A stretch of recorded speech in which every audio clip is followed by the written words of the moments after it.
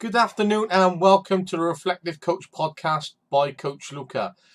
As you can see, I'm creating coaching resources and they're uploaded on my YouTube channel.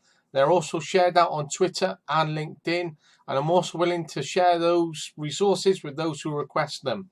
But the whole purpose of this is through the Reflective Coach podcast to serve a resource that you can listen to and something that will support you, especially for new coaches entering the game, whether you're a parent or volunteer stepping up into kids football. And that's what a lot of the emphasis and support is around. A lot of parents sometimes are dropped in it or may volunteer their time or may find themselves in a position where they have to take over the team, or they're the only parent that's available to start up their child's football team.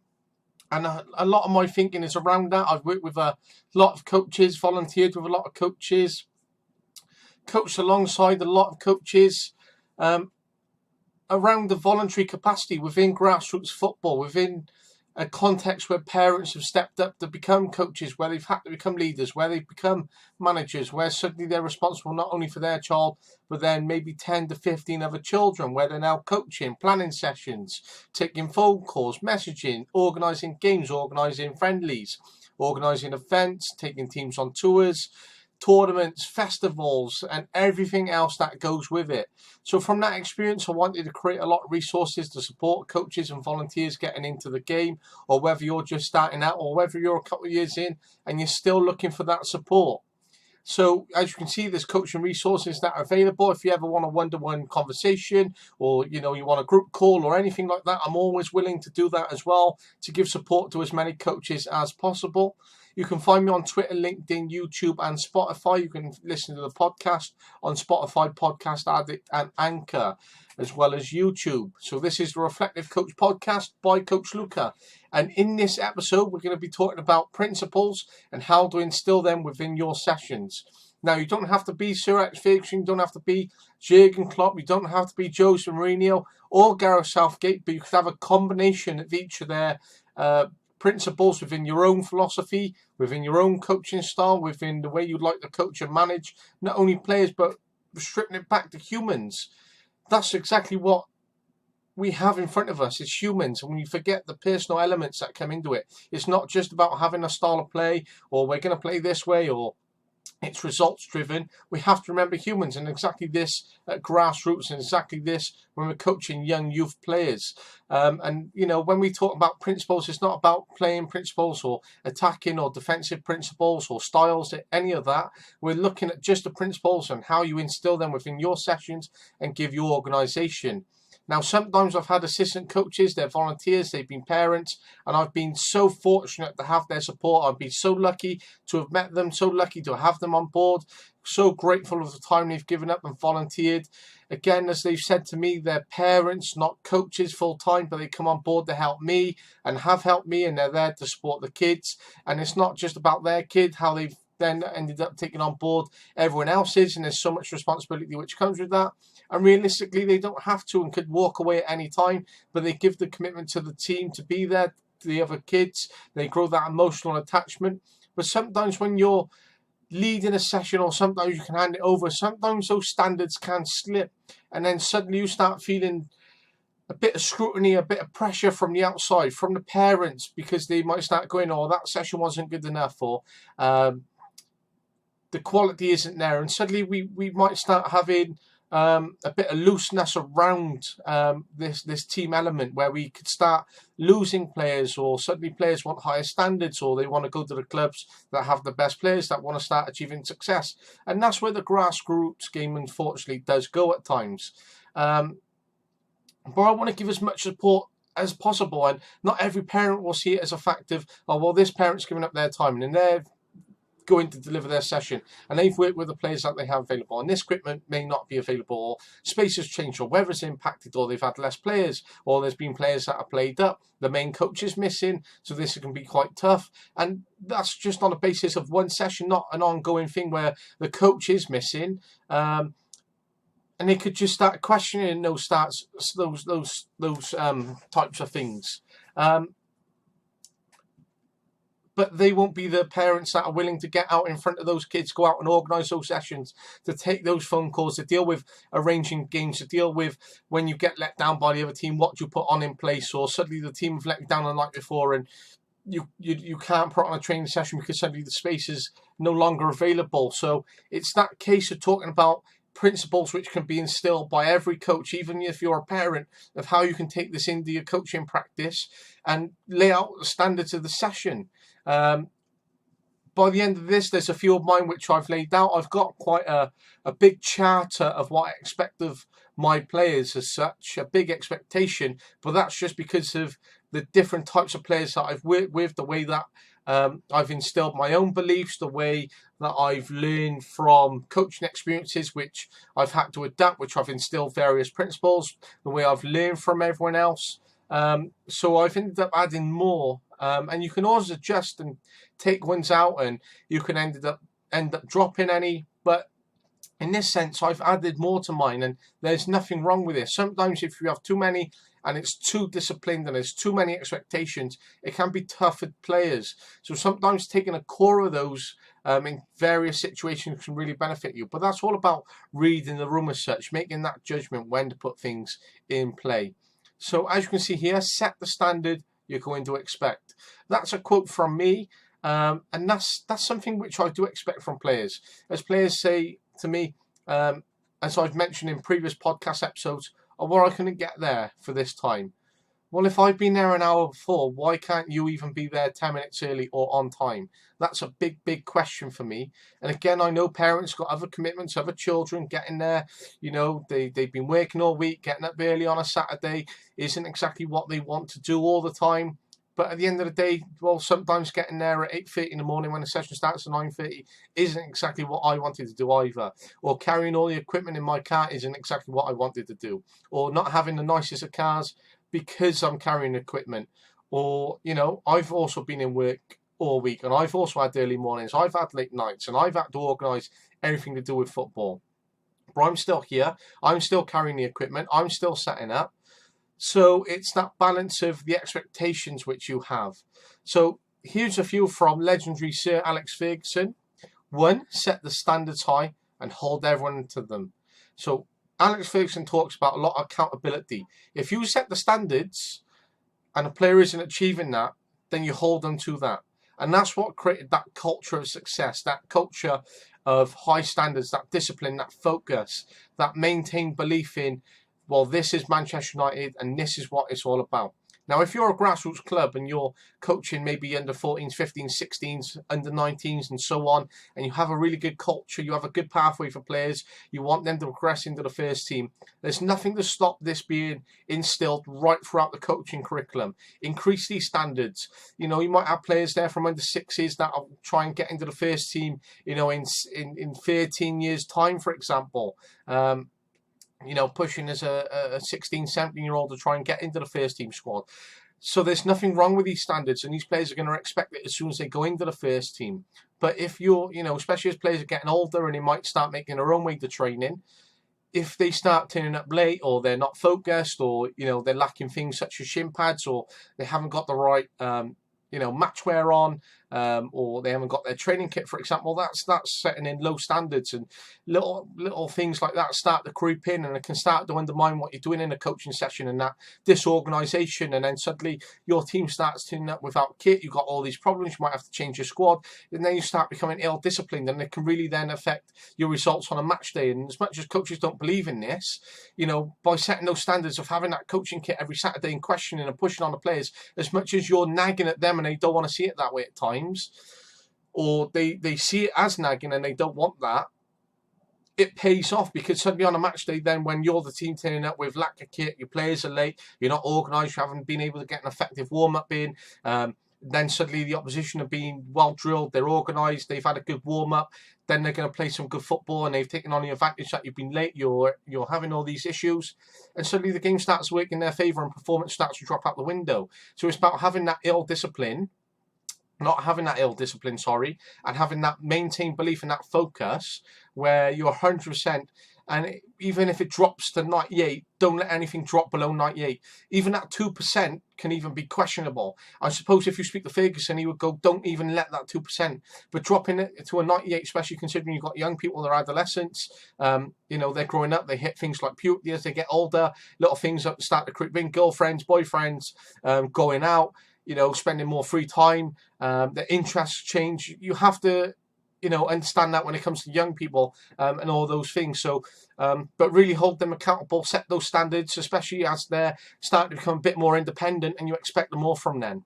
You know, number 2 from Fergie, never see control. And he was all about control. So if you're the gaffer, at times I've learned from this, when you start giving control of your players, start giving control to the players, they can really take it in their stride, and suddenly it's this, we're going to play this way, and this is what we had, especially under 19s where I've just taken over and they've had success. They talk, you know, if I give them control, it's going to be the way that they want to play, the way that they were used to, and suddenly I'm not going to have any control or management over the squad, or I'm never going to have my principles in play. We're never going to play that certain way, or we're never going to grow and develop the way that I expect them to. So again, never concede that control. For me is very, very important. Suddenly you start putting the control in the hands of everyone else, and it can undermine your management, undermine your philosophy, undermine the way that you want to work and need to work. So it can be quite difficult at times. So never see control. I absolutely stand firm by that one, and that is a firm belief from coaching experience, which I would absolutely say to any coach starting off: never see control. Match the message to the moment. This is absolutely true. So, you know, it's all about adapting to that environment that you're in, the situation that you're finding yourself within in that moment. And there's, again, those moments. So the message has to meet the moment. If suddenly, you know, you're finding yourselves even at training and the players are turning up late, then that the moment is there for you to start going, well, this is the message. You need to be here early. We need to be disciplined. Don't let it go. Don't let it fester. Don't let these standards drop. Don't let these little issues creep in. Set the standards, match the moments, question it, instill what you want, instill that discipline, and build on from there. Rely on the power of observation. So for me, whenever I'm in a coaching session, I'm always reading everything around me. I'm reading what the parents are watching and what they're talking about, who's talking to who, where they're stood, how they're perceiving things, communications that have gone out from maybe the coaches and what they're going to come to me by the end of the session with, what my other coaches are saying, what the other coaches are talking about, who is talking to each other in terms of players, where they are on a pitch, with little friendships that can form, especially at a young age. And this observation is very, very important. Understanding the dynamics, understanding the environment, understanding the situation that you might find yourself within. And the observation might go, well, there's little issues creeping in here. Unless I address them, then they're going to fester. And this is going to become a huge issue. Suddenly, we're not going to be this tight-knit team. We're not going to be this tight-knit family, because it's all been undermined by what's going on over there. So it's really important to have this observation, just listening, just watching. Sometimes just standing back and letting your players get on with it in an SSG, for example, is a perfect time just to stand there and read the room as such, read what's happening. You know, just take a step back, who's talking to who, what's going on where, and if you see issues, just make a note of them. You don't have to address them there and then in that moment, for example. You might just take a note of them, and then a week later or 2 weeks, you might then address them or find a strategy to combat it, for example. And 5, never stop adapting. This is absolutely true. I find myself in so many situations. For example, I've been asked to take a coaching session tomorrow. It's just 2 hours. It's general coaching, just get some fun games going, engage the participants, which we've got. It's a community session. So there's a lack of equipment. It's a tight space because I've coached there many times before. I don't know the kids well because it's the first session that I'm going in to cover. But I've coached at the environment before. So it's all about adapting. So I might have a lack of equipment, or that I might have more kids to the space than needed. So I might need to adapt the games in certain ways where I have teams rotating on and off. I might have to set timings, may have to get players on at different teams. I may have to adapt to the expectations of the young people coming in, their friendship. So suddenly one goes, well, I want to be with so-and-so, as much as, you know, in a grassroots or academy session, you might go, well, this is the teams, this is what it is at times, because it needs to be that way. Sometimes in a community session, keeping friends there for participation reasons can be a really good way to manage your session and keep them really engaged and those participants consistently attending. But never stop adapting. So I might find myself pressed for time, so I might have to cut out an activity tomorrow. I might have to cut out a game. And it's all those things. I might have less kids than expected. I might have more. So adaptation is just something on your feet. You might have to do it straight away, even without planning for it. It's just one of those things which you have to do straight away. So in summer, I took a few sessions for half-term camp over a 2 to 3 hour period. And at times, I may have had a list of games planned, ready for those transitions, ready to keep players engaged over a 2 to 3 hour period. But at times where the kids have really enjoyed themselves and they've gone, can we keep doing this one? And I've adapted and ended up putting more variations in there and then that I thought of, or maybe one of the kids has had a great idea and I've adapted it straight away into my session, and then I've ended up dropping other games and activities as things have gone on. But being adaptive and never stop adapting is very, very important. So Jose Mourinho, your motivation must be your engine. So without having that motivation, then there is absolutely no point being there. At times, I've understood when I've lacked motivation at sessions, just because of whether it's been long term or little things have been ongoing, or I find myself in a situation where I've outgrown the environment as such, because you can only do something for so long. And this is what managers talk about, longevity, but also knowing when the time to move on from a project is. Sometimes it can be that case of, well, it's my time to step down as coach. I've been in charge for 5 or 6 years, especially as a parent. Maybe it's time for another parent to take over. Just because maybe your motivation isn't there, you have other things going on, especially as a parent, especially as an adult. You might be married, you might have another kid on the way. Your motivation can be then focused towards more your family, and then it's all about maybe someone else taking over. Understandably, it isn't easy because you created a long-term team. You're the coach. Many people see you as the one in charge for the long term, and finding another parent can be very difficult. But in that sense, if you haven't got that motivation, then it's all about understanding that situation, read that moment. If you haven't got the motivation, it's time for another parent to step in. That's going to benefit and excel the team even more than you being there without that motivation. Dedication and hard work. This goes hand in hand in terms of what you expect from your players. And when you have that motivation in your engine, remember, these are principles for players that you want to instill in your session. So they must have motivations as well. If you're delivering the same session week after week after week, then their motivation could absolutely drop. So it's about what you do to help their motivation be reignited and instilled and consistent, which allows them to have their own engine of motivation. So they're coming into sessions wanting to be 100% each and every week, each and every session that they want to be there, that they want to be captain, that they want to be on a starting team sheet, that they want to try and get more minutes than everyone else. Yes, of course, it's going to be difficult in a sense of, managing minutes and getting them across the board, but there's players who are going to be wanting to push for more minutes. And then it's about how you get that balance, how you retain those players, and again, those motivations, little things that kick in and grassroots are going, well, I can go to this team and I'll get more minutes and this, that, and the other. That can be quite difficult to manage. But in that sense, if they got their own motivations and they're pushing, then that's part of the principles that you've instilled. And with that will come dedication and hard work. And that's what you expect. I expect you to be dedicated. I expect you to be early. I expect you to be at every session, regardless of, whether we're playing, a bottom of the table team who have conceded 100 goals and we know that we're going to beat them. I want you to be dedicated to that game and push yourself 100%. I want you to be there even though you're going to start on the bench. I want you to give 100% off the bench. I want you to work as hard as possible. I want you to work as hard as possible for your teammates. I want you to work as hard as possible to learn. And with that comes the power of resilience. So sometimes, again, starting on the bench may not be the thing that player wants or has expected or even been prepared for, but they must have that resilience in them to go, do you know what, I'm going to start the next game, or I'm going to come off the bench, or I'm going to make a change, or the coach has dropped me for this reason. And sometimes having resilience to go and talk to your coach and understand the reasons why you've been dropped. It's a very important conversation. I was speaking to Kaylin Michi yesterday, and you can listen to that Q&A episode, but she spoke about talking to your coach when and how you've been dropped, and sometimes just having that conversation instead of letting something else fester in your head in terms of why you've been dropped, going, oh, coach dropped me for this, this, and this, can be completely different to actually why they've dropped you. So that power resilience is very, very important for a player and principal to instill, especially in terms of that communication and what they want to open. And your teams must believe in you. Absolutely. I've worked with coaches, volunteered with coaches where players don't believe in them. They don't believe in their style because they've turned up late, or they're inconsistent, or sessions aren't as good as they've expected. So then suddenly the players and team don't believe in them, and suddenly problems start to unravel. Parents then start to question what they're paying for, and then all kinds of problems start alleviating from this whole lack of belief. So your teams must believe in you. And once you set that principle, which is underpinned by hard work and dedication, which you give hand in hand to that principle, if you instill these principles, you must stand by them yourself. So if you're giving that dedication and hard work yourself, your teams are going to believe in you time and time again, and they're going to play for you, and they're going to fight for you, and they're going to remain committed, and they're going to turn down other opportunities to go elsewhere because they believe in you. And this comes naturally through creating principles and instilling them within your sessions and coaching philosophy.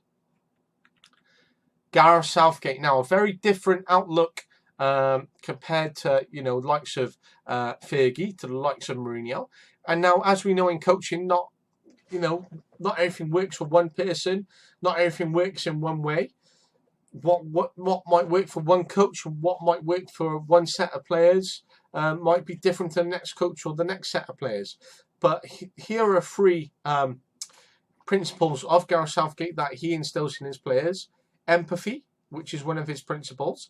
Understanding each other, understanding the environment, understanding where something's gone wrong. So as such as when Saka missed that penalty, have the empathy to understand why he might have missed it, that he was young. It was his first major penalty. It was a major tournament. There was pressure. He's never played in that environment before. England haven't even got that far, or hadn't got that far, in the tournament previously. So already that pressure is on, and you're that young player, never been part of a squad like that before, never be part of a squad that has never really pushed themselves, part of a nation which the expectation is now on because they've never been there.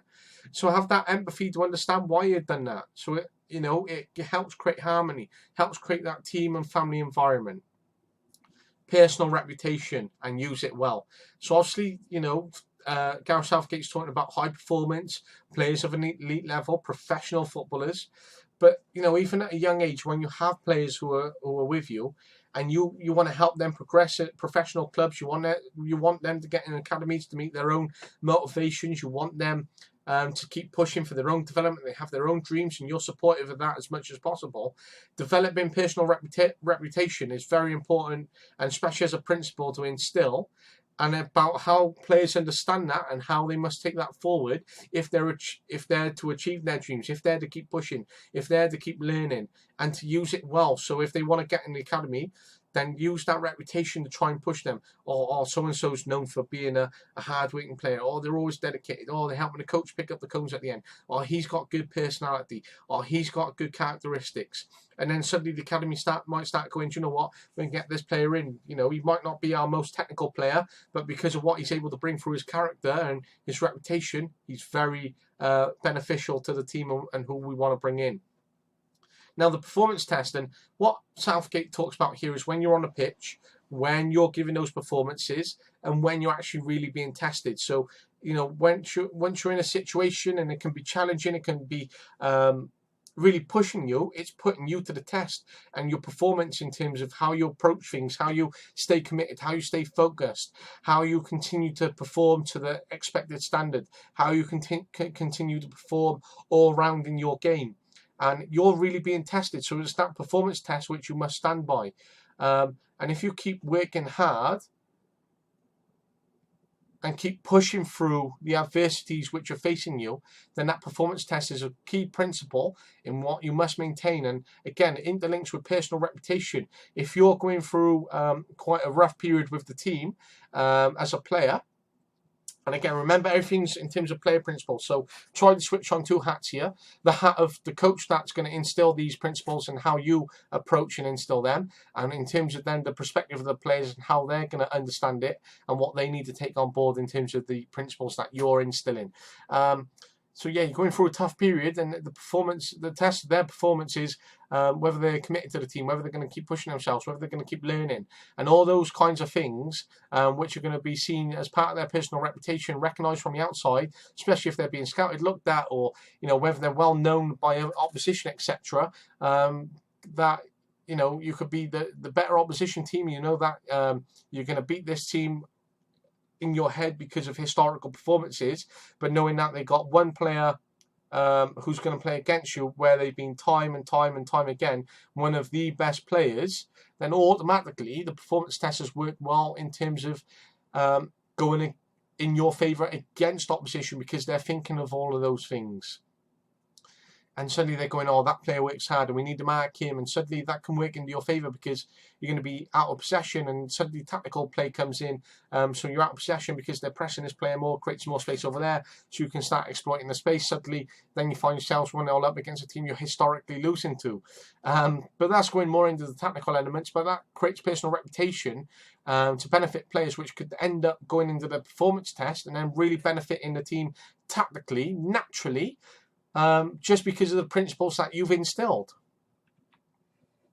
Now, Jurgen Klopp talks about creating a player pledge, and there's nothing wrong with this, and sometimes utilising this, especially as players get older, is very, very important, especially to create that environment, to create the expectations.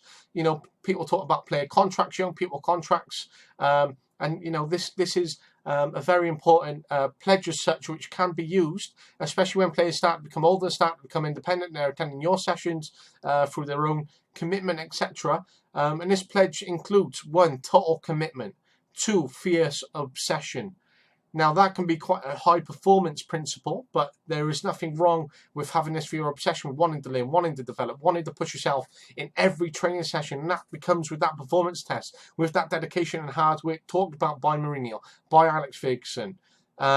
And really going on into linking there. Number 3, determination, irrespective of the run of play. So you could be losing 5 games on a bounce, but your run of play is going to continuously work hard.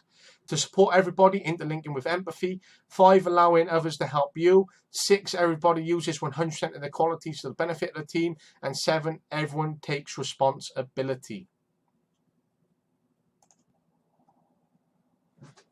Yes, everyone uses their qualities to benefit the team. So obviously, if you're instilling this, so whether you have the quality of, you know, understanding your teammates better than, you know, some of the other teammates that understand each other, and you've got the quality of leadership in someone else, you're all bridging those qualities together to unite and bring the team together and lead it through and to develop this successful team. And here are some of my coaching principles. Honesty. Everyone must be honest with each other. Honest about learning. Honest about understanding what it is, what they want from me, what I want from them, what they expect from the team, how we're all going to work hard for each other.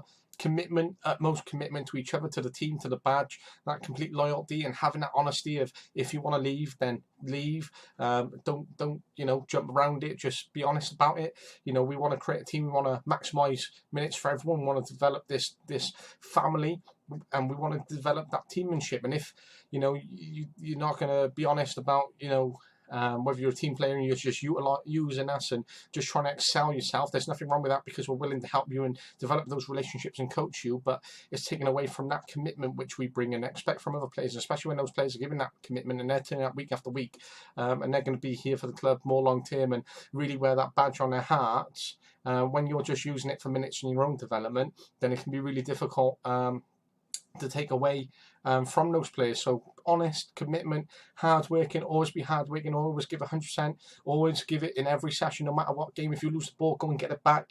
If you want to help your players, go and help it. Be a team, be a family. That, for me, that's massive. Always be a family. That's what the club that I founded was all built upon, being a family, much more than a team. There, hand in hand for each other, going through problems collectively, supporting each other, being there, united for everything, always having those relationships beyond the beyond the pitch.